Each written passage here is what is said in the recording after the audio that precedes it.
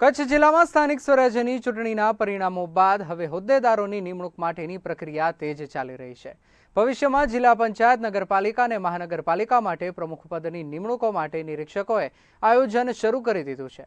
કમલમ કચ્છ ખાતે ભુજ સ્થિત ભાજપ કાર્યાલય ખાતે આયોજન કરવામાં આવ્યું છે। પ્રદેશ દ્વારા નિયુક્ત કરાયેલા નિરીક્ષકો ભાનુભાઈ મહેતા, ભરતભાઈ ગોહિલ અને ગૌતમ ગોસ્વામી જેવી ટીમ કચ્છના કાર્યકર્તાઓ અને આગેવાનોના અભિપ્રાય લેશે। કચ્છ જિલ્લા પંચાયત, 5 નગરપાલિકા, ગાંધીધામ મહાનગરપાલિકા તેમજ 9 તાલુકા પંચાયતના કાર્યકર્તાઓને સાંભળશે। सांसद सभ्यों, धारासभ्यों, मंडळના પ્રભારીઓ અને પ્રદેશ હોદ્દેદારો બેઠકમાં ઉપસ્થિત રહેશે। જિલ્લાના તમામ 16 મંડળોના અપેક્ષિત શ્રેણીના કાર્યકર્તાઓ સાથે 1-to-1 સંવાદ યોજાશે। આગામી દિવસોમાં પ્રમુખ પદ માટે પસંદગી કરાશે। આજે ભારતીય જનતા પાર્ટી કાર્યાલય કચ્છ કમલમ મધ્યે તાજેતરની જે સ્થાનિક સ્વરાજ્યની ચૂંટણીઓમાં ભારતીય જનતા પાર્ટીનો ભગવો લહેરાયો છે।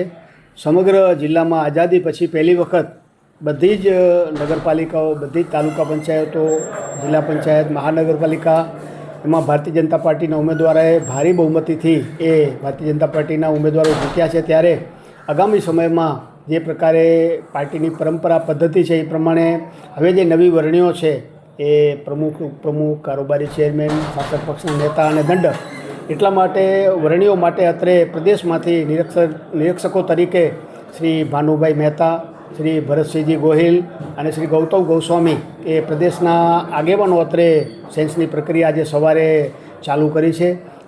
સૌપ્રથમ નખત્રાણા તાલુકો, શહેર અને એમ અલગ અલગ તાલુકો, નગરપાલિકાઓ અને ત્યારબાદ જિલ્લા પંચાયતને છેલ્લે મહાનગરપાલિકા, આ પ્રકારે સેન્સની પ્રક્રિયા આખો દિવસ સુધી રહેવાની છે। જે ઈચ્છુક દાવેદારો છે પોતે જે પ્રમુખ, ઉપપ્રમુખ કે બાકી જે પદ છે એના માટેની માંગણી મૂકવાના છે, બધા અત્રે માંગણી મૂકવાના છે।